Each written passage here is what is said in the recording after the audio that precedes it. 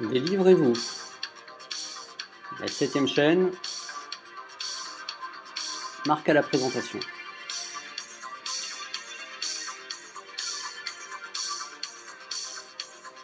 Bonjour à tous, bienvenue dans le 8e numéro Délivrez-vous sur la 7e chaîne. Marc au micro pour vous accompagner dans cette nouvelle émission. Ravi de vous retrouver. À mes côtés aujourd'hui, je salue mes chroniqueurs Louise et Gabriel. Bonjour à tous les deux, comment allez-vous ? Très bien. Un peu fatigué, non Louise ? Oui, un long week-end, très long week-end. Gabriel ? Tout va bien, bonjour à toutes et à tous. Ok, alors aujourd'hui on va aller faire les courses au supermarché. Sans plus tarder, place au générique à la première partie Délivrez-vous avec le livre du jour.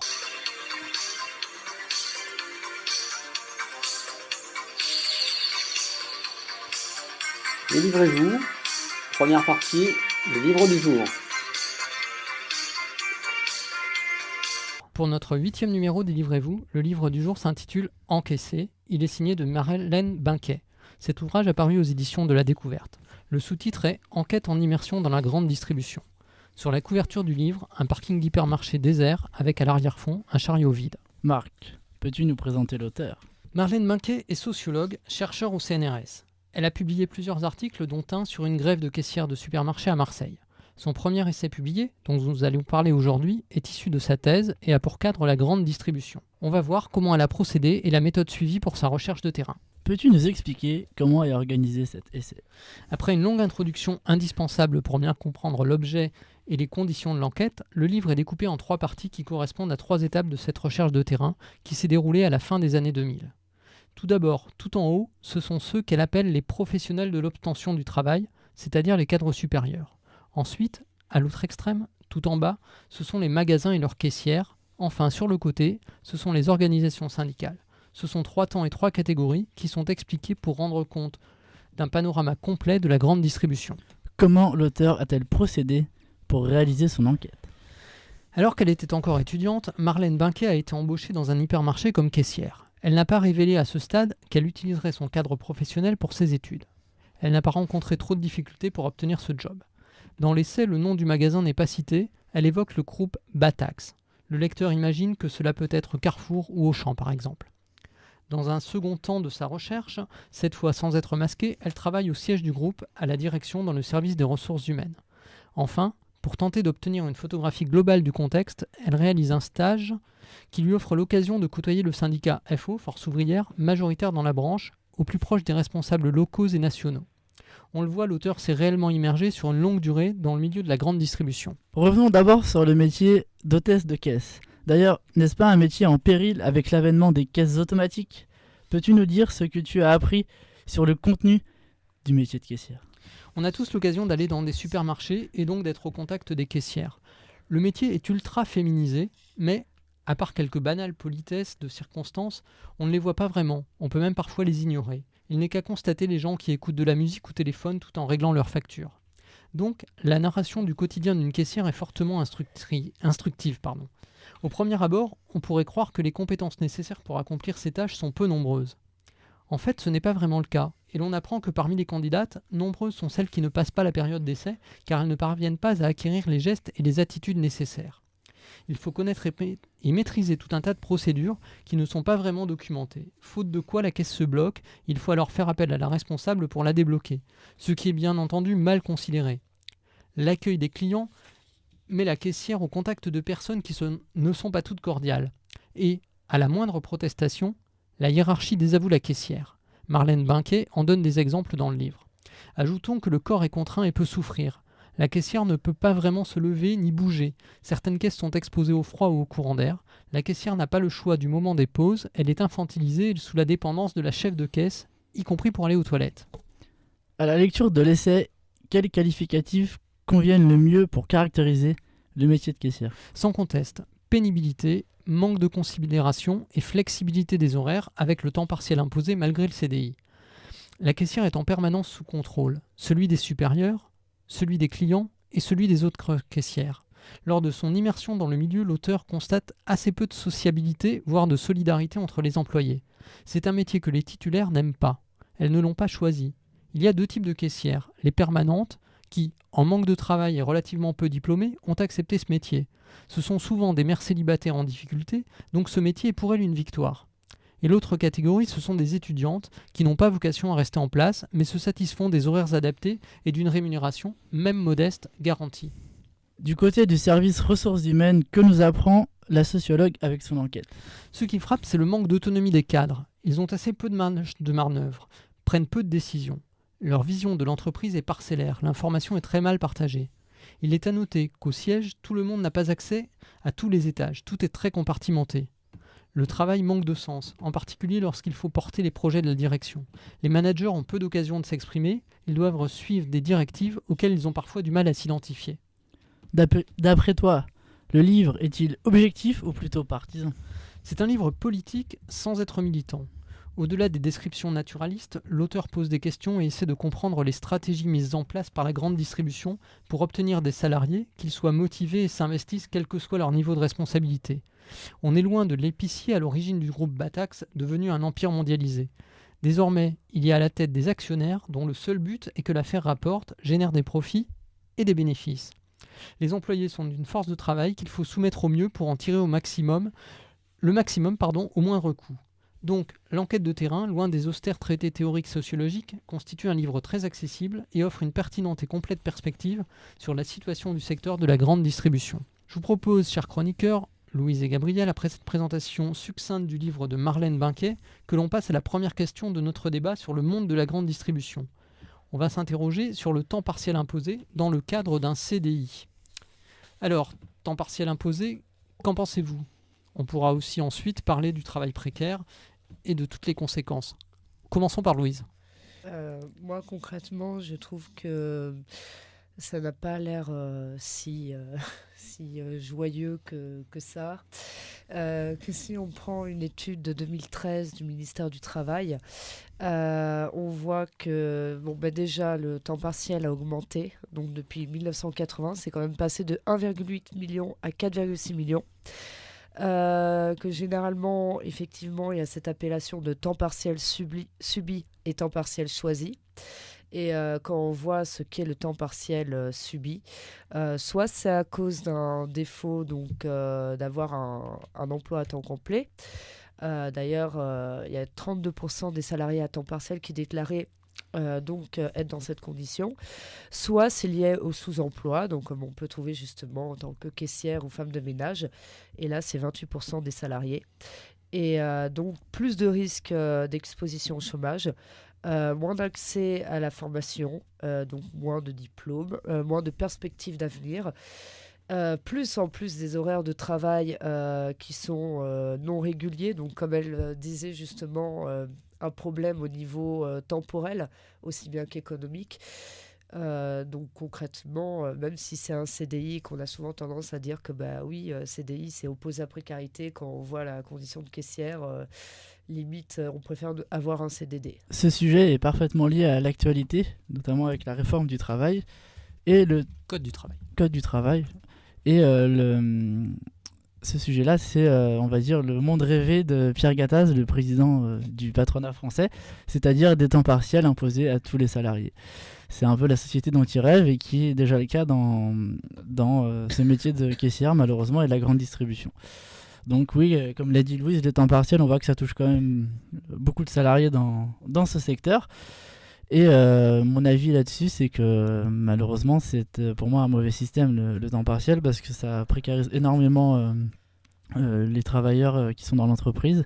Et pour se défendre, c'est plutôt difficile.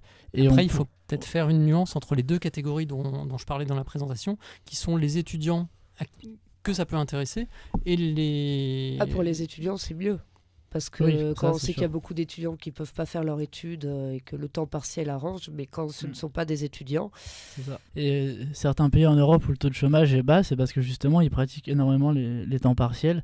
Et donc, c'est pas forcément pour moi une solution. On va dire la perspective d'avenir pour des gens qui sont dans un métier qui, pour eux, est leur métier principal. Ce qui m'intéresse, et j'aimerais entendre Louise là-dessus, c'est le côté féminisation en fait. Ça touche particulièrement les femmes, ça touche particulièrement des femmes précaires, et c'est dans le domaine de la tertiarisation. Donc c'est tout ce qu'explique bien Marlène Binquet. Ouais. Les femmes là sont loin de l'égalité avec les hommes. Qu'est-ce que tu en penses ? Ah oui, mais clairement. De toute façon, je veux dire, c'est vrai qu'on voit plus de caissières que de caissiers, généralement.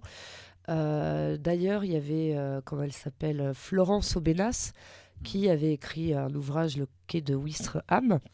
Sur les femmes de ménage, cette fois-là. Voilà, sur les femmes de ménage. Donc encore une fois, c'est aussi du côté donc des femmes, et qu'effectivement, il y a ce côté, on est une femme, il y a aussi donc dans l'éducation le problème de s'affirmer et de devenir invisible en fait, que ce soit caissière ou femme de ménage.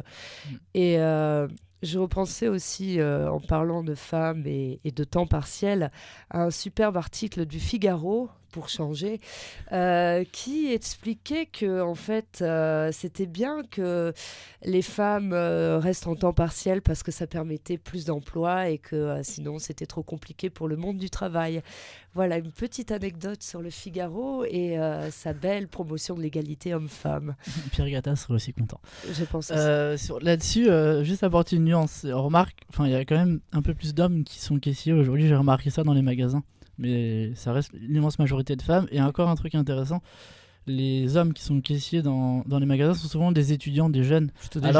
Alors que là où il y a énormément de femmes, c'est justement dans celles qui ont un métier dont c'est leur métier principal. Et c'est là où c'est plus grave, on va dire, parce que les seuls hommes qu'on voit, c'est pas forcément une baisse, on va dire, du nombre de femmes. C'est surtout des étudiants donc, qui n'ont pas vocation à rester là des années.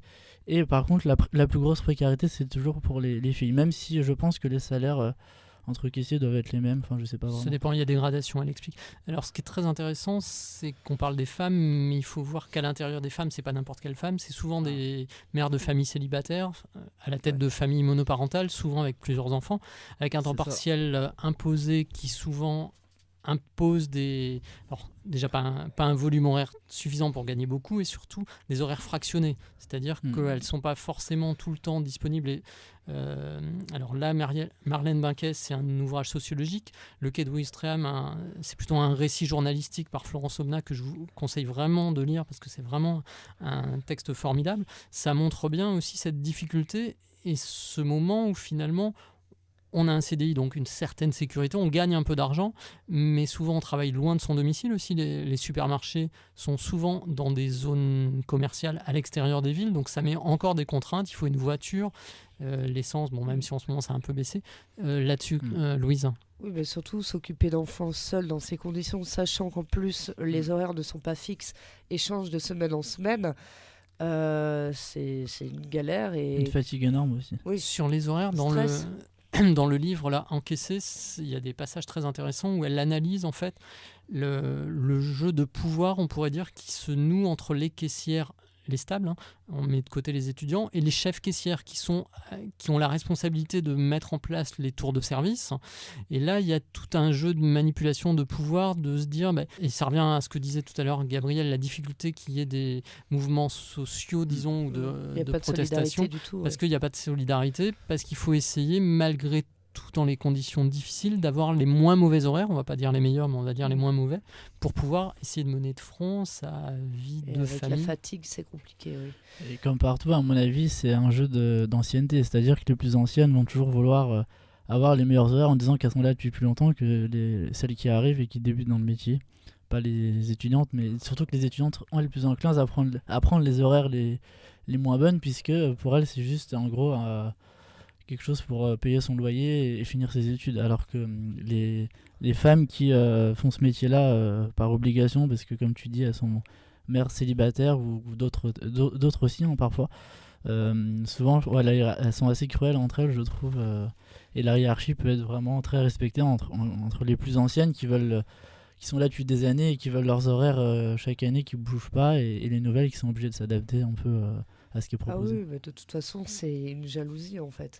C'est le fait de savoir qu'elles n'auront pas de perspective d'avenir et de voir d'autres personnes qui à côté ne sont là que de passage et considèrent ce métier. Au final, ça leur rappelle, c'est une sorte de miroir, ça leur rappelle que leur métier, elles le savent, est un métier considéré comme un métier non concluant, avec aucune réflexion, un métier répétitif digne de Charlie Chaplin dans les temps modernes.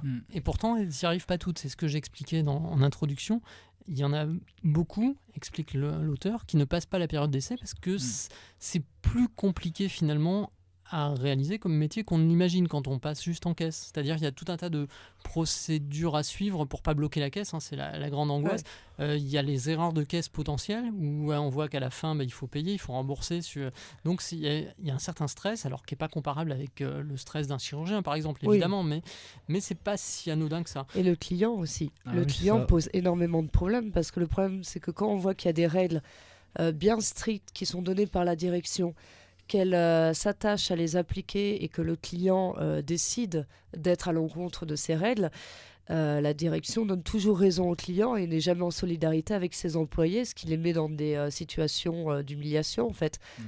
Oui, il y a des exemples dans le livre de gens qui volent. En fait, la caissière voit que dans leur cabas, il y a un produit qu'ils n'ont pas mis sur le tapis pour les marchandises. Elle le signale, un mini-scandale se crée, la personne va partir sans qu'il se passe rien. Et c'est la caissière qui est désavouée. Alors que parmi les consignes des caissières, c'est de vérifier que les caddies soient bien vides. Alors, quand ça à ce point, c'est quand même dingue, je veux pas dire. Mais... De toute façon, les clients, souvent, ils sont exigeants, insupportables, toujours à se plaindre parce que ça va pas assez vite et tout ça. Il faut aussi penser à la caissière qui reste un humain et pas une machine. Ça, c'est l'effet du capitalisme. On va en parler après des machines. Oui, mais justement, je trouve que des fois, les clients sont vraiment. Justement, ils ont fait la là-dedans. transition honnête. Ils sont directement passés aux machines parce que.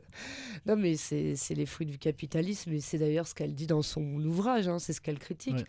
On est tellement dans cette vision du client comme roi. D'ailleurs, il y a aussi cet exemple de Drive quand on voit les hypermarchés connectés et que les clients tranquilles chez eux font leurs courses via leur frigo et qu'ils sont pressés de recevoir leur livraison et tout heureux de cette application et qu'à côté de ça, on voit des jeunes dans la vingtaine qui vont travailler dans ce genre de supermarché et n'auront même pas le droit en fait, auront des punitions. Oui, parce qu'ils ont des punitions, c'est-à-dire que s'ils ne font pas le score attendu chaque jour, parce que chaque jour il y a un score sur un tableau, et s'ils ne font pas un score assez compétent, ils sont punis. Ils n'ont pas le droit de parler à leurs collègues, ils n'ont pas le droit d'aller à la pause toilette, et se reçoivent des réponses du type parlez au prud'homme, vous verrez que c'est cela, alors que c'est totalement illégal. Pour aller même plus loin, on peut voir que dans l'ensemble du magasin ou la grande distribution, les métiers de chef de rayon, c'est plutôt des hommes qui les tiennent, et les caissières et les femmes sont souvent en caisse. J'ai remarqué ça. Après, c'est un peu varié, mais on voit beaucoup plus de garçons qui s'occupent de remplir les rayons que de caissières. C'est vrai.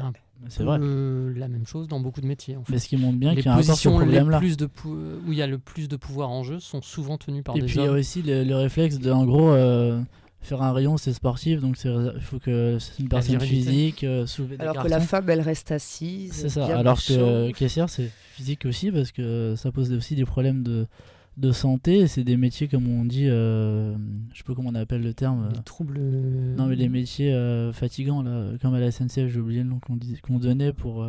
Bon, bref. En horaire décalé. Voilà, des métiers fatigants parce que c'est des gestes répétitifs, ça peut faire aussi des tendinites, des problèmes. Des troubles musculo-squelettiques aux Voilà, je épaules, voulais- coudes et poignets. Alors, on va passer à la deuxième question. Je vous conseille juste, si vous ne l'avez pas vu, un film qui est sorti il y a à peu près 1 an et demi qui s'appelle Discount, qui est un film social en fait, qui prône la lutte des travailleurs dans la grande distribution, qui les incite à une certaine révolte.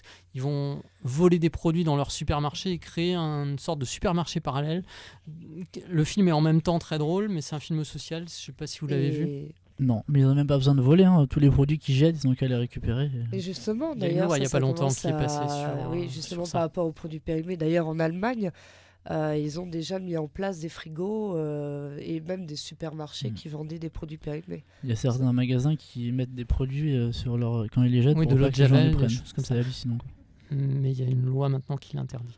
On en avait discuté dans une émission récente sur la faim, dans un délivré. Le rôle des syndicats dans la grande distribution. Et plus généralement dans les métiers précaires. On peut revenir aux femmes de ménage dont nous parlait Louise à travers le quai de Ouistreham. On pourrait prendre quelques catégories, hein, les caissières, les employés de fast-food. Il y a eu des révoltes chez McDo il y a quelques temps à Paris. Qu'est-ce que vous en pensez ? C'est des métiers dans lesquels il n'y a pas beaucoup de syndicalisation. On a esquissé tout à l'heure des explications. Les étudiants, c'est transitoire, ils ne vont pas forcément beaucoup s'investir. Et puis, les femmes dont c'est le métier à temps partiel mais en CDI, elles ont malgré tout peur de le perdre. Voilà, c'est ça. Euh, C'est très clairement pour ça que le taux de syndicalisation est faible, comme tu l'as dit. Il y a le fait que si tu te syndicalises trop, tu as peur d'aller à l'encontre de ton patron et que il te vire de l'entreprise ou que tu aies des conditions moins bonnes parce que tu oses, entre guillemets, protéger tes droits. Pourtant, normalement, il y a des lois pour ça. Oui, il y a aussi le fait que, comme on l'a dit tout à l'heure, il y a beaucoup de concurrence entre les caissières. Donc, quand on est dans un syndicat, il y a besoin d'être soudé et de tous aller dans la même direction pour obtenir des choses. Et souvent, dans ces métiers-là, c'est pas forcément le cas.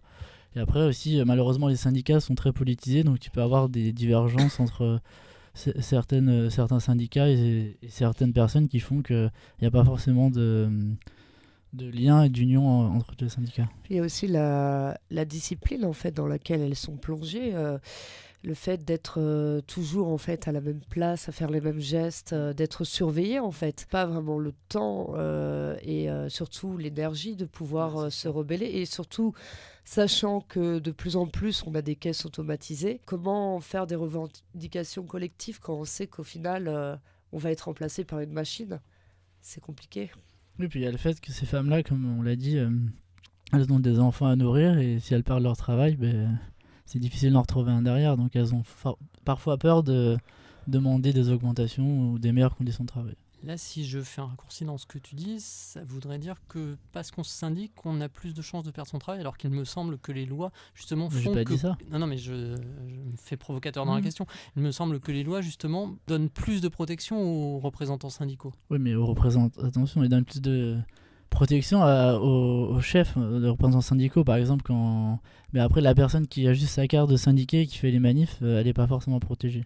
Après, oui, il y a des lois, mais parfois, ces gens-là, malheureusement, ne maîtrisent pas totalement la totalité des lois parce qu'ils les ont pas forcément sous la main ou lues. Et donc, c'est pas facile. Il y a souvent, la première réaction, c'est en gros, si je me syndique, le patron, je vais être mal vu et je vais me faire virer. Alors que c'est pas forcément le cas, mais dans leur esprit, ça peut être comme Puis il y a aussi cette idée, en fait, d'être manipulée en permanence parce qu'elles savent qu'elles sont à un métier où on les cantonne. D'autant plus qu'il y a une forme de patriarcat qui est assez hallucinante dans ces métiers-là. Donc se dire qu'il y ait une négociation avec la direction, elles n'y croient pas trop au final. Elles sont assez défiantes et pour les syndicats, ça ne les aide pas à faire un lien en fait. Et est-ce que vous pensez que le faible niveau de diplôme de ces employés peut être un facteur explicatif ? C'est-à-dire que quand on est syndiqué et qu'on s'investit dans un syndicat, on peut être amené à avoir des rencontres, des discussions avec le patronat par exemple. Et là, est-ce qu'on n'a pas un complexe d'infériorité quand on n'a pas les codes, quand on n'a pas l'éducation ? Gabriel n'a pas l'air d'accord. Oui et non, c'est-à-dire que pour la masse des gens syndiqués, il y a plein de gens qui sont très peu diplômés. Mais après là, ce que tu dis, c'est intéressant pour justement ceux qui vont avoir des responsabilités syndicales comme chef du syndicat devant les patrons. Là, souvent, c'est des gens plus diplômés qui n'hésitent pas à négocier avec le patron et parler. Mais il y a beaucoup quand même de gens qui n'ont pas forcément beaucoup de diplômes, qui, dans d'autres corps de métier, je ne sais pas pour les caissières, mais qui n'ont pas peur de se syndiquer.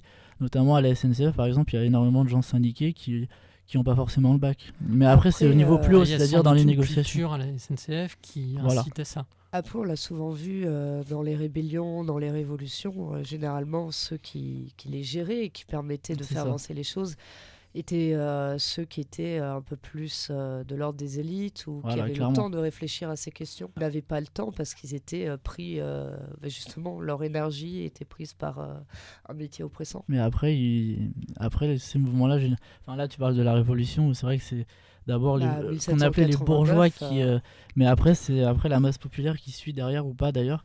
Et tout cela, en fait, si on prend l'exemple des syndicats, t'as le chef des syndiqués entre guillemets qui négocie et si ça aboutit pas, tout le monde, il y a le bloc derrière pour faire pression et la grève, et là souvent il y a l'ensemble des gens du syndicat. Si on revient sur le mouvement McDo, c'était il y a à peu près 2 ans je pense, où là tout d'un coup des précaires se sont mis ensemble, sont devenus solidaires, ont protesté, certains étaient menacés de licenciement.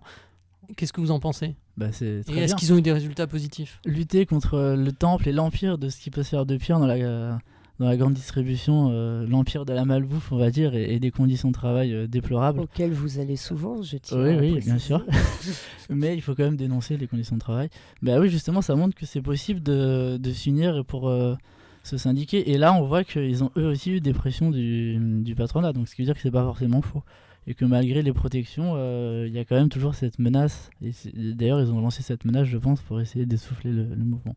Mais ça montre que parfois, quand ça va à un tel point de précarité, au bout d'un moment, les gens se soudent pour demander de meilleurs droits. Après, une autre question, tu parlais tout à l'heure, Gabriel, de la SNCF. On sait qu'à la SNCF, quand les syndicats veulent protester, ils font une menace de grève, voire ils se mettent en grève. Est-ce qu'une grève des femmes de ménage ou des caissières, ça peut avoir un impact, ou est-ce que tout le monde s'en fout? Le problème, c'est qu'à force de se sentir invisible, on se dit qu'on est seul, parce qu'il y a cette idée de solitude qui est assez prégnante, et avec l'idée de solitude, il n'y a pas l'idée de solidarité qui accompagne, donc pour faire un mouvement, c'est beaucoup plus compliqué. Et après, ça dépend des métiers, parce qu'une grève à la SNCF, ça a un impact énorme, c'est des millions de gens qui prennent le train. Les caissières, ça peut en avoir un, parce que ça ralentit les magasins, ça fait le bordel partout, parce que malgré les caisses automatiques, heureusement, il y a encore des caissières. Femmes de ménage, déjà, ça se voit moins, parce que si le ménage n'est pas fait 1 ou 2 jours, c'est pas grave. Après, ça peut être plus problématique si c'est plus long. Donc après, ça dépend aussi des métiers. Il y a des métiers où tu peux vraiment avoir un moyen de pression énorme. La SNCF, c'est des millions d'euros qui partent en fumée si tu fais grève. Alors que caissière, ça a quand même un impact, je trouve, si ça dure plusieurs jours, parce que le magasin, il perd quand même de l'argent. Voilà. Après, ça dépend. Les métiers, comme tu dis, où les gens sont seuls, femme de ménage, parfois, elle est toute seule dans l'entreprise. Donc comment elle va faire grève? Si elle fait grève, on lui dit, c'est pas grave, je te remplace par une autre, et ce sera beaucoup plus simple. Alors que si c'est un corps de métier entier, si tout le monde se met en grève à la SNCF, tu peux pas le remplacer par quelqu'un d'autre. C'est mon explication. Mais... Louise? Ah ouais, non, mais je suis entièrement d'accord. De toute façon, dans ce genre de métier, je pense qu'il y a aussi une honte, en fait, de savoir qu'on travaille dans ce genre de métier, qu'on n'a pas de perspective professionnelle, qu'on ne puisse pas monter, parce que caissière, il y a aussi cette idée-là à laquelle on est imprégné. Et le fait de savoir qu'on est dans ce métier, qu'on n'est quasiment rien, parce que souvent, ce genre de femmes, les pauvres se considèrent comme si elles n'étaient rien. Donc, ça accompagne le fait de rien dire, en fait, et de se laisser faire. Oui, mais c'est ça. Et puis, en plus, bien sûr, les supérieurs le savent très bien, et parfois, ils en jouent en mettant la pression, et la personne sait que, voilà, de toute façon, peut pas faire autrement, parce qu'elle sait que, voilà, en caissière, il n'y a pas d'échelon de caissière, peut-être une augmentation de salaire, mais tu peux pas être... je sais pas, chef des caissières, ça existe. Il y a des chefs de caissières. Oui, mais tu peux pas monter beaucoup plus haut. Pour devenir directrice des ressources humaines, par exemple, il faut quand même avoir... Voilà. Après, Est-ce qu'on a plus d'opportunités dans une chaîne, par exemple, comme chez McDo, où on va commencer comme serveur, équipier, puis petit à petit chef d'équipe? Je connais pas bien McDo. McDo. Du temps. Oui, ça prend Parce du temps. qu'ils font une belle pub là-dessus, mais... ça prend beaucoup plus de temps et ça ne se fait pas comme ça. D'ailleurs, les slogans des magasins, c'est toujours drôle. Carrefour, je positive à l'époque, ça me fait rire quand tu vois comment ça marche à l'intérieur. C'était un exemple encore de... Alors, on a parlé des caissières. Tournons-nous vers demain, mais demain robots. Qui est déjà un peu aujourd'hui. Les caisses automatiques. Ouais. Alors, il y en a. Alors, je pense que l'un comme l'autre, il vous arrive d'aller dans des supermarchés. Donc, première question, est-ce que vous passez avec des caissières systématiquement, ou est-ce que vous allez aussi, parfois, ou plus souvent, ou systématiquement, sur les caisses automatiques? Louise? J'avoue, c'est mon côté pré-cyborg. Il m'arrive des fois d'aller aux caisses automatiques. Moi, c'est très très rare. La plupart du Tu temps... fais peut-être pas beaucoup les courses. Si, ça m'arrive quand même. Je vais souvent dans les magasins, notamment quand j'ai des émissions pour aller acheter quelque chose à manger avant, et je passe toujours par les caisses où il y a des caissières ou des caissiers d'ailleurs. Tu dis ça parce que c'est un homme, c'est ça? Non, mais non, justement, c'est pour ça qu'il faut pas faire les clichés des hommes qui vont pas faire les courses. Mais moi, quand je passe à la caisse, et ça m'arrive, je te rassure, je ne vais pas aux caisses automatiques parce que moi, je suis contre. Pourquoi? ça, C'est un totalement. principe? Bah oui, c'est un principe. Je suis désolé, les caissières, c'est des humains comme les autres, elles sont humaines, et de faire des robots, ça fait perdre des emplois, je trouve. Même si certains disent que pas forcément. Mais pour moi, c'est déshumanisé. Et les caissières ont un lien social, un rôle social aussi avec les gens. On prévoit que 47% des emplois soient robotiques d'ici quelques années, ou dans longtemps, on espère. Et c'est vrai qu'il y a aussi cette conception que l'être humain n'a pas à faire des tâches répétitives de la sorte et des métiers aussi ingrats en fait. C'est vrai qu'il y en a certains qui ont cette vision en disant que c'est bien de robotiser parce que ça évitera d'avoir des caissières. Et ça permet de nous laisser du temps pour des métiers un peu plus complexes, un peu plus intéressants. Après, mais comme ça évolue, on trouvera toujours un nouveau métier contraignant. Alors après, si je vous donne juste mon expérience personnelle, sur laquelle je théorise assez peu. Je passe souvent sur les caisses automatiques. C'est ce que j'allais dire, tu avais une tête à passer sur les caisses automatiques. Mais c'est on juste va pour pouvoir parler transhumanisme aussi. pour une recherche d'efficacité et de rapidité, en Je trouve fait. que c'est plus efficace. Je trouve qu'à certaines heures de pointe, comme il y a un certain nombre de gens, soit parce qu'ils savent pas manipuler les caisses automatiques, soit parce qu'ils sont comme toi, et je comprends ce point de vue, ils veulent garder le contact avec les caissières, souvent il y a moins de monde qui fait la queue aux caisses automatiques. Alors c'est quand même très agaçant, et pour l'instant les caisses automatiques, il y a aussi des gens, parce que régulièrement il y a très des drôle. choses qui passent Les pas. gens qui comprennent rien à ce qui se passe et qui mettent pas les. Oui, c'est alors marrant. cela me semble-t-il, quand on est dans la logique que j'ai moi, ceux-là ils n'ont pas vocation, tant qu'ils savent pas les utiliser, à passer sur les caisses Est-ce que automatiques. C'est pas parce que tu utilises la caisse que tu te dis que le temps passe plus vite. Non, parce que là, ça peut se mesurer, c'est objectivable. Si je J'ai une suis blague. numéro 5 sur une caisse et que j'en ai pour 12 minutes d'attente, si à la caisse automatique, mon attente est de 2 minutes, Ah oui, pour l'attente, effectivement. Moi, je Et c'est préfère d'ailleurs sur ça l'attente. qui fait que je vais aux caisses automatiques. Moi, je préfère perdre du temps et avoir une personne humaine en face. Mais toi, je te vois bien du genre aller à la caisse automatique, la personne devant, elle arrive pas à payer, elle comprend rien, toi, ça t'énerve énormément, ça me fait rire. Parce qu'en fait, la caisse automatique, tu peux aussi avoir ce problème d'une personne qui voit comment c'est le métier de caissière. C'est pas facile de passer des. Il comprend oui, pas des forcément fois on le trouve code pas le barre. code barre sur le Voilà, c'est ça. produit, où il faut on rentrer galère les choses. beaucoup plus qu'une caissière. C'est le seul point positif C'est- des caisses automatiques, c'est que tu t'aperçois que leur métier il est pas si simple. Parce qu'il y en a ils disent ouais, une caissière c'est facile, elle fait ça toute la journée. C'est pas facile, on l'a dit tout à l'heure, il y en a beaucoup qui n'y arrivent pas. Et les personnes âgées ne vont pas aux caisses automatiques. Ce qui Ça est- dépend lesquels. Oui, ça Mais dépend lesquels. déjà, certaines personnes âgées n'ont pas de carte bleue, il faut payer en carte bleue. Mais là-dessus, c'est intéressant sociologiquement. C'est-à-dire que les personnes, on va dire, au-dessus de 40 ans, j'ai remarqué qu'elles vont moins aux caisses automatiques que les jeunes. Qui, nous, on est plus habitués à tout ce qui est électronique. Et il y a aussi, je pense, pour regarder ce lien social. Même si moi, en tant que jeune, je trouve que c'est bien d'aller aux caisses, il y en a qui me disent que, par exemple, eux, ils trouvent que c'est cool parce que c'est un truc automatique, informatique, c'est sympa. Après, il y a beaucoup de personnes âgées qui aiment les caisses pour faire la discussion. Voilà, exactement, c'est ce que je dis. Ça C'est aussi. ce lien le social. rôle du lien social me paraît très, important. intéressant. Ah oui. Après, le rôle du lien social, quand on travaille et qu'on a les horaires classiques, est très agaçant quand les personnes âgées vont faire leurs courses le samedi à 15h, quand toi, tu n'avais pas l'occasion d'y aller à un autre moment. En revanche, à une époque où je travaillais en horaire décalé, donc j'avais du temps pour faire mes courses quand il y avait moins de monde, je trouvais très bien qu'il y ait des personnes âgées qui passent 10 minutes à discuter avec la caissière, comme elle le fera avec une boulangère dans un village ou avec une bouchère. Voilà, c'est ça. Moi, c'est Le mon lien côté social est optimiste, important. c'est-à-dire de perdre du temps dans un magasin, Il c'est y aura cool. du Tu mais- vois, Mais dis-toi que ce tu vois lien-là des gens, tu discutes. dans la grande distribution, ça marche pas parce qu'on l'a dit, je le disais en exposant un peu ce qui est dans Encaissé, le livre de Marlène Maquet, c'est que les caissières, elles sont sous surveillance, c'est-à-dire qu'il y a les chefs de caisse qui vont surveiller, et puis même sans être sur les caisses automatiques, les caissières physiquement présentes, leur rendement, il est comptabilisé. Donc si elles bien passent sûr. trop de temps à discuter, elles vont être quelque part pénalisées. Ça, c'est le problème après des marges, et je suis d'accord avec toi. Mais souvent, il y a des clients qui commencent à discuter, et tu peux discuter pendant qu'elle fait. Ça, c'est les meilleurs. Elle parle en même temps qu'elle. À Les l'inverse, on a clients les- qui te disent pas bonjour. Ah oui, il y J'ai a un aussi ami ça, qui bien est sûr. caissier à Picard et crois-moi qu'il en a beaucoup Oui. de ce genre. Et t'as aussi les clients désagréables, en effet, et qui sont. Et eux, par contre, je préfère qu'ils aient avec caisse automatique, tu vois. les clients désagréables qui gardent les En fait, écouteurs on de est leur iPhone. désagréable, et- toi et moi. Il n'y a pas que ça, hein. T'as ceux aussi qui insultent à la limite la caissière parce qu'elle va pas assez vite. J'ai déjà vu des cas comme ça. Et souvent, c'est des gens avec des grands manteaux de fourrure qui se prennent pour. Voilà. Mais il n'y a pas que ça, hein. Faut pas faire des clichés non plus. J'avais envie de faire attaque là-dessus. T'étais dans le 16e à ce moment-là Oui, ou ça se passe exactement. comment Ouais, c'est vrai en plus. Ah, c'est- Mais j'en ai vu partout des cas de figure, après des gens qui sont pressés parce qu'ils veulent aller retourner au boulot, des choses comme ça. Mais c'est vrai que c'est dommage. Mais ce lien social, c'est important. Après, Il y on aurait peut, une intelligence artificielle pour ça. on peut se poser la question, Parce que la machine est-ce que ne le parle li- pas, tu vois. est-ce elle que dit le juste lien social doit être fait dans la grande distribution ou plutôt dans le petit commerce de proximité? de partout. Le petit commerce de proximité, je trouve que c'est plus aisé parce qu'il y a moins de clients, il y a Bah oui. moins de pression. Donc, Et souvent d'ailleurs, bon après t'as le terme un peu péjoratif on va chez l'épicier du coin, ou parfois on dit l'épicier arabe ou des trucs comme ça. Mais c'est vrai que les gens du quartier le connaissent tous parce que quand tu vas chez lui, tu discutes 10 minutes parce que comme tu dis, il n'y a pas grand monde et t'as un Ok. lien avec lui. Toi qui aimes bien le Canada, puisque j'en reviens, on parle d'un dépanneur là-bas. Ouais, voilà, c'est pareil, Pour c'est des l'épicier termes du un intéressants. dépanneur de vie sociale.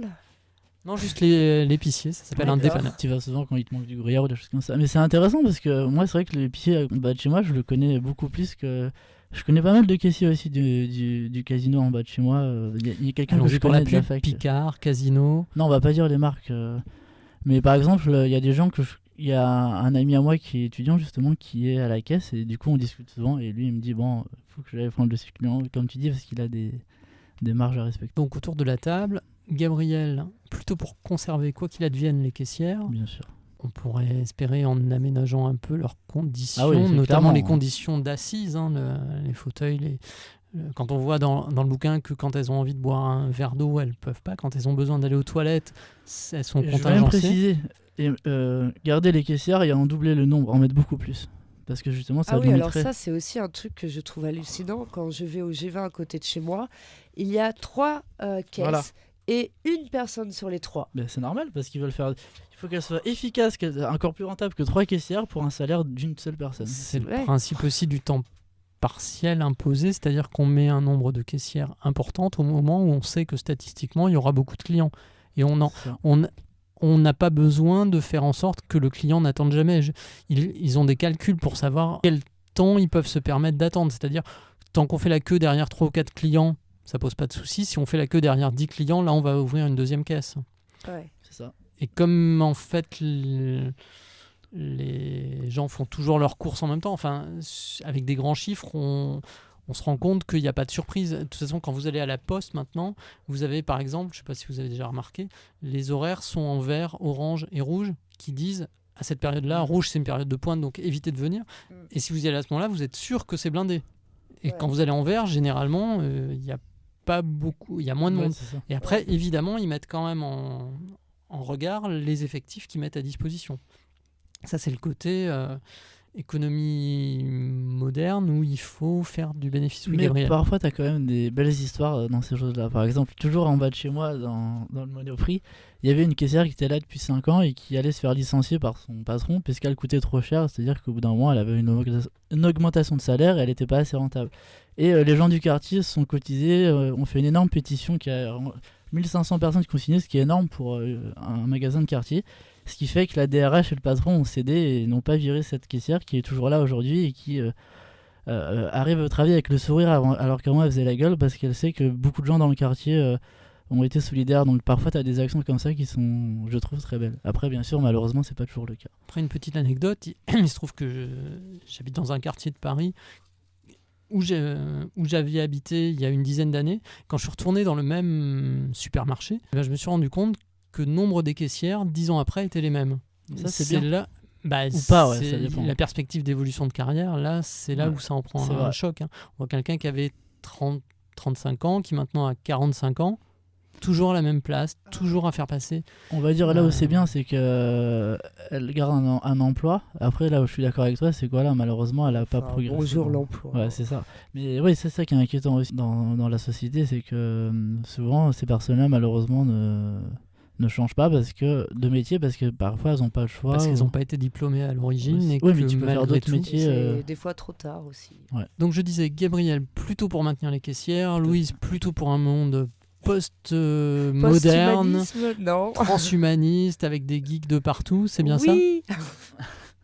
Moi, je serais plutôt entre les deux. Je pense que le lien social est important. L'esprit de synthèse. Mais en non, même mais temps, moi aussi, le hein, fait je d'avoir tiens à la préciser. possibilité parfois d'être autonome, c'est-à-dire d'aller à son propre rythme, et finalement, si on est en colère, on ne s'en prend qu'à soi-même, ce qui évite d'être éventuellement désagréable avec une caissière, ça peut aussi être pas mal. Je rêve d'un monde où il n'y a que des machines et un jour il y a un énorme bug et là ils sont tous dans la merde, c'est magnifique. Ouais, mais on sera tellement dépendants que c'est nous qui allons bugger tout court, Voilà. si ce n'est pas déjà le cas. Donc voilà, on se rend compte finalement qu'après nos 40 minutes de discussion, Quand sur même. un sujet aussi banal que les caissières de supermarché, à travers un Dès qu'on essai parle de de femmes, sociologie, on arrive à dire pas mal de choses. Mais sur les femmes, rassure-toi Louise, il y aura de prochaines émissions, plus particulièrement Avec sur le transhumanisme, et là ce sera parfait. avec le transhumanisme, je doute parce que c'est pas du tout dans mes Bon, compétences. au moins il y aura du féminisme, c'est déjà ça. On C'est invitera énorme. le candidat aux élections américaines transhumaniste. Moi qui Pas fait de un score Si de tu merde. arrives à heureusement. l'inviter. Non. Allez, ainsi se termine notre débat sur le métier de caissière de supermarché, plus globalement sur les métiers précaires. Nous allons nous retrouver dans quelques instants pour la deuxième partie de l'émission où nous conseillerons idées de sortie, de distraction ou de lecture. En attendant, voici une courte pause musicale. Je vous propose d'écouter un extrait de La caissière du super d'Arthur H. Cette circonstance, on se retrouve juste après avec Louise et Gabriel.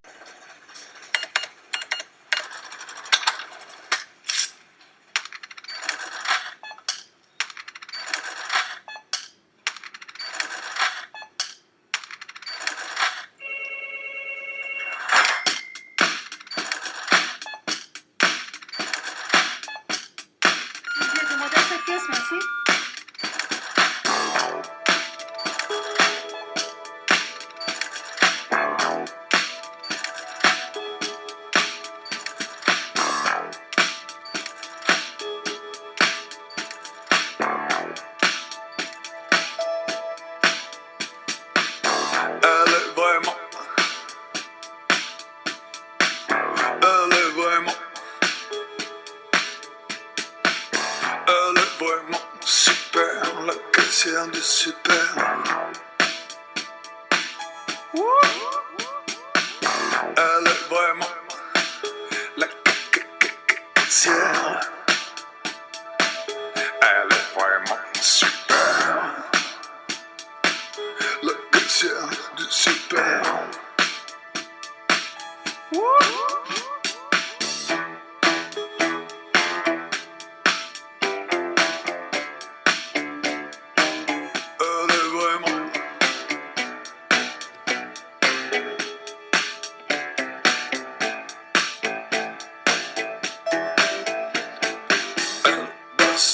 Pour le boss, pour les beaux yeux du boss, le boss pour le boss.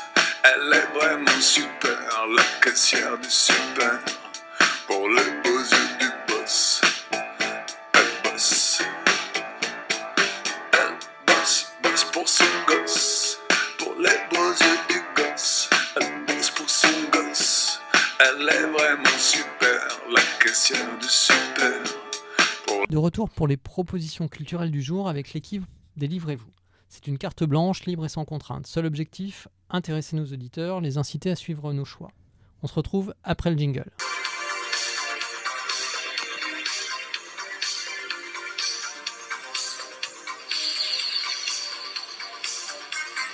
Délivrez-vous.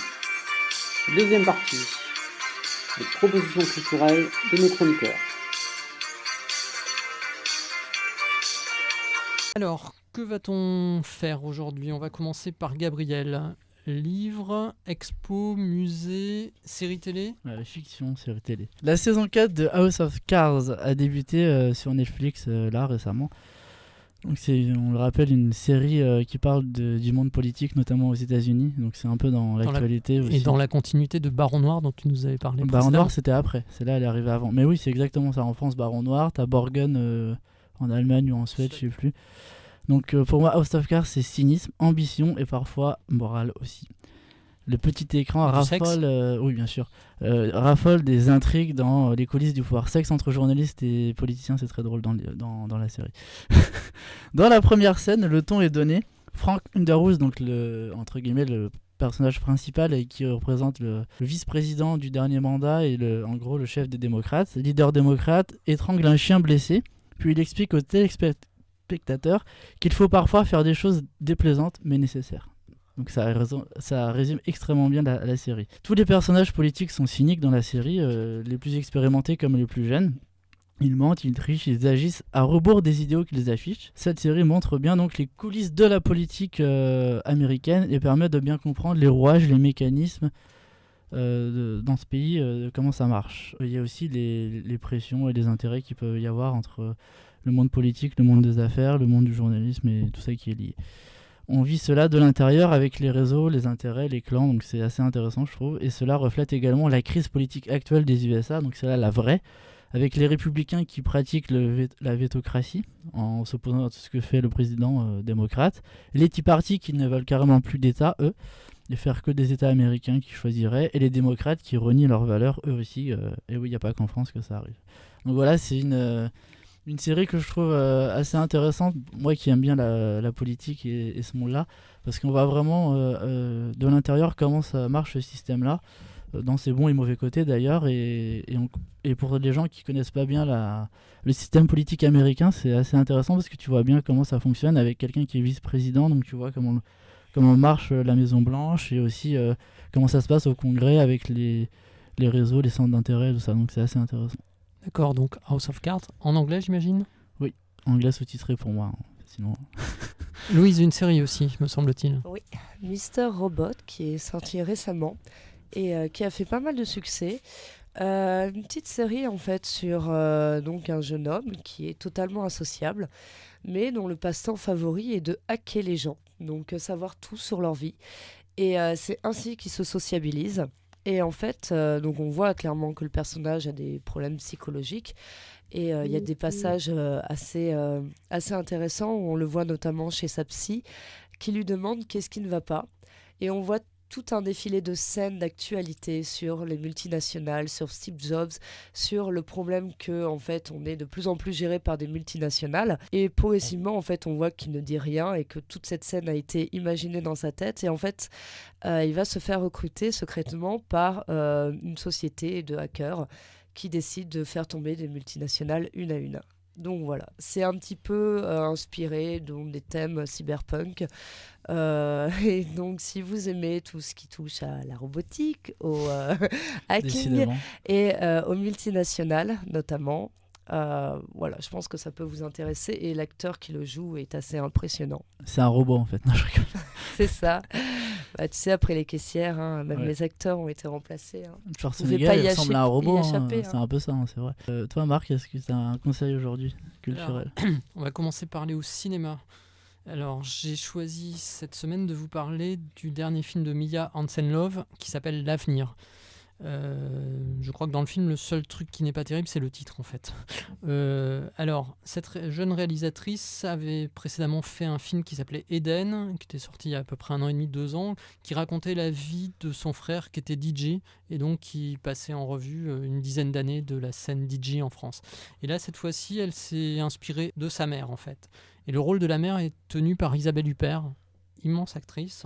Donc, elle est prof de philo dans le film. Elle est mariée à un prof de philo. Non. Elle a 2 enfants. Tout va bien. Son ambition professionnelle, c'est d'amener les jeunes gens à qui elle fait cours à penser par eux-mêmes. Elle n'est pas tellement dans la théorie, mais vraiment leur enseigner le principe même de la philosophie. Donc ça donne quelques scènes assez sympathiques, en fait, scènes de cours qu'on peut voir dans différents films. Mais ça, c'est le début du film. Et puis, son mari va la quitter. Normal, il a trouvé une jeune fille, Toujours pareil. toujours pareil. Sa mère, donc la mère d'Isabelle Huppert, vieille femme, est tyrannique. Elle a peur de l'abandon. Ce qui fait qu'elle appelle tout le temps sa fille. Elle appelle les pompiers parce qu'elle dit qu'elle a mis le feu à la maison. Tout un tas de crescendo autour de la mère que la fille va finalement être amenée à mettre dans une maison de repos parce qu'elle ne peut plus s'en occuper. Alors ça lui brise le cœur de faire ça. Et puis ensuite, sa mère va mourir. Dans cette période, où d'ailleurs les relations avec son fils sont pas terribles, la mère donc se rapproche d'un de ses anciens élèves, normaliens. Elle est aussi éditrice, donc elle publie ce jeune homme. C'est Macron. Ça pourrait être Macron, mais là c'est Fabien en l'occurrence. Il n'y aura pas d'ambiguïté entre eux. C'est-à-dire qu'entre le jeune homme et la femme un peu plus mûre, il y aura une complicité intellectuelle, mais il n'y aura pas d'ambiguïté, rien de sexuel. C'est-à-dire que lui va être Ce assez sera pas un radical. sextoy comme l'autre nana. Voilà. Il est très radical. Il va partir avec un groupe, fonder une sorte de communauté dans le Vercors. Donc Sympa. elle va aller le retrouver là-bas plusieurs fois. Voilà, moi j'ai trouvé que c'était un joli film. Donc ça s'appelle L'Avenir de Mia Hansen-Løve. Et le titre est drôle parce que, comme dirait Louise, l'avenir, c'est les robots. Non, je regarde. Ah, il en peut plus. Hein. Allez, tant que tu as la parole, Louise, qu'est-ce que tu nous conseilles? Encore une série, je crois. Une série, mais qui ne parle pas de robots. Oh, Gabriel, ça change pour t'étonne. une fois. Non, Ah, je rigole. ça change. En même temps, je travaille dans une presse objetconnecté.com. Voilà. Alors, excuse-moi. Oui, donc, alors, une série qui, pour le coup, j'ai rien à apprendre à personne, qui est assez culte, mais que moi, j'ai découvert parce que je suis toujours en retard. Dans tous les sens du terme, d'ailleurs. Qui se nomme Sherlock. Donc, on sait très bien à qui ça fait référence. Sherlock Holmes et Dr. Watson. Mais au XXIe siècle. Joué par le fameux Benedict Cumberbatch et Martin Freeman, qui sont de super acteurs anglais. Et alors, moi, la série pour laquelle aussi j'ai été très étonnée, c'est de savoir qu'elle avait été écrite par Steven Moffat. Steven Moffat, qui a été aussi l'un des grands scénaristes de Doctor Who. Et quand on voit que Doctor Who, dans certaines saisons, les épisodes sont géniaux, mais alors la cohérence entre les épisodes, c'est zéro. Et qu'en fait, on se dit, mais ce mec, il est sublime, mais que quand il fait un épisode différent à chaque fois, avec aucune cohérence entre chaque épisode. Et là, il a réussi. Il a réussi à faire des épisodes d'1h30. Parce qu'il faut savoir que cette série, ce qui est un peu frustrant, c'est que chaque saison n'a que 3 épisodes. mais chaque épisode est parfait. Voilà. Et c'est donc Ce sont des enquêtes policières, hein. enquête policière et donc aussi très très ciblée sur le personnage donc de Sherlock Et donc ça se passe au Royaume-Uni. au Royaume-Uni, 21e siècle. Et en fait, il y a une ambiguïté. Alors on se demande C'est parfois. un peu une transposition du roman éponyme initial, en fait. Oui, voilà, c'est ça. D'ailleurs, on a même un épisode sur le chien de Baskerville qui, je trouve, n'a pas été si réussi que ça, contrairement aux autres épisodes. On se demande aussi souvent s'il n'y a pas un petit lien ambigu entre Watson et Sherlock Holmes. C'est des fois ce que la série nous laisse sous-entendre. Et Sherlock aussi est il est très très bien joué donc dans son rôle de sociopathe. D'ailleurs, on avait vu aussi Benedict Cumberbatch qui jouait Turing dans ce fameux film où c'était sur Enigma justement. Le film récemment sorti. Récemment sorti sur Enigma, où il jouait justement quelqu'un qui était totalement insociable, froid, rationnel. Alan Le Turing, c'est ça? Turing, c'est exactement ça. Et j'ai l'impression de voir Turing, pareil, mais version enquête policière. Sauf que Turing était un scientifique et là... Mais on retrouve le côté très scientifique. Et ce qui est assez impressionnant dans la série, c'est alors les moments où Sherlock va notifier tout un tas de détails. La caméra va bouger à toute vitesse. Et à chaque fois, on aura des inscriptions à droite à gauche parce qu'il y a aussi un jeu dans cette série, c'est qu'il y a beaucoup de messages. Quand il y a, par exemple, échange de messages sur portable ou échange de messages au niveau des signes qu'on peut repérer dans une pièce ou sur un cadavre, c'est super bien mis en avant, contrairement à l'échange de textos banal qu'on peut voir dans des films, des séries. Ok, donc une série que tu nous conseilles, Sherlock. Sherlock. Gabriel, un deuxième conseil, et on va voir de la peinture. De l'art, de la peinture, oui. Moi, je vais parler, en tant qu'historien, j'aime bien les humains et les anciens qui ont fait. J'aime les humains aussi, je t'assure, Non, mais je je ne rigole, peux pas être un robot. c'est juste pour t'embêter. Alors, je vais parler de Paul Klee. Le Centre Pompidou consacre une splendide rétrospective du peintre allemand et de sa vision du monde. C'est un peintre original où il n'y a pas de ciel et de terre dans ses peintures. Les figures et les éléments de ce qui pourrait être des paysages, des anecdotes ou des allégories sont en suspension dans l'air. Il avait cette passion pour la légèreté, comme on dit, en état de suspension, cette passion pour la légèreté, facilité pour s'envoler et s'élever, qui caractérise l'œuvre et l'esprit du peintre. Il est l'un des rares artistes essentiels de son époque, d'ailleurs, du XXe siècle, et le Centre Pompidou lui consacre donc une énorme exposition avec plus de 200 œuvres d'un artiste que je qualifierais d'imprévisible et profond, parce que sa peinture est très intéressante. Et toi, qu'est-ce qui te plaît et te touche dans sa peinture? Et je finis, donc c'est une exposition qui a été donnée par Angela Lampé, enfin c'est elle qui est la directrice en tout cas de l'exposition. Juste des éléments sur Paul Klee avant de répondre. Il est né en 1879 et il commence sa carrière à Berne en 1903. Et en 1911 à Munich, c'est là qu'il débute sa carrière, où il va rencontrer Kandinsky, et une des figures Kandinsky, et rejoint leur groupe, et ça sera l'une des figures majeures de l'avant-garde, ce qu'on appelle l'avant-garde en Allemagne, mais lui il va surtout affirmer, malgré qu'il fasse partie de ce groupe, sa liberté, c'est-à-dire que lui c'est un peintre un peu libre, et il fait un peu ce qu'il veut. J'aime bien beaucoup sa peinture, parce que comme j'ai dit au début, c'est que malgré qu'elle soit, on pourrait dire non figurative, on voit quand même des choses figuratives dedans, mais très dans l'envol comme ça, sans socle, et c'est assez intéressant. Et je trouve que ça fait des couleurs. Quand j'étais petit, il y avait des tableaux de Paul Klee, c'est peut-être pour ça que je suis assez marqué par sa peinture, mais je trouve ça intéressant. Des tableaux de Paul Klee, des vrais chez toi ou des reproductions? Non, des reproductions. Mais... Alors, juste pour compléter, Klee et Kandinsky, effectivement, c'est deux peintres célèbres qui, en plus, leurs œuvres ont souvent servi de terreau à des expérimentations en psychologie et en psychologie sociale, en fait. Parce que c'était très moderne, et à l'époque, il y avait beaucoup d'expériences de psychologie qui étaient faites à partir des tableaux de Klee et Kandinsky, ce qui fait que souvent on les associe tous les deux. C'est un des grands génies, comme Picasso ou Kandinsky d'ailleurs, qui faisaient des tableaux assez extraordinaires. Après, je m'y connais pas beaucoup en peinture, je crois pas qu'ils aient autant de renommée par exemple que Picasso. Mais pour l'époque, oui, comme je disais, c'était un des grands de l'avant-garde. Et lui, il est mort pendant la guerre, dans les années 40. Il n'est pas mort à la guerre, mais mais à ce moment-là en fait. Donc c'est quand même une bonne partie du XXe siècle. Et Marc, quels sont la suite de tes conseils culturels? Alors là, je vais vous parler d'un artiste que j'ai vu grâce à une exposition qui a lieu à Venise, à l'Institut Veneto di Scienze Lettere ed Arti, ça c'est pour mon italien, qui s'appelle Beautiful Tomorrow. Et l'artiste, le plasticien, disons, plasticien, peintre, c'est Joseph Klibanski. Donc je ne connaissais pas avant. Dans l'exposition, il y a une dizaine d'œuvres, notamment, je mettrai sur le site de l'émission quelques photos. Il y a ce visage, disons, d'un singe avec un chapeau pointu et des cotillons en fait dans la bouche qui humanise en fait l'animal.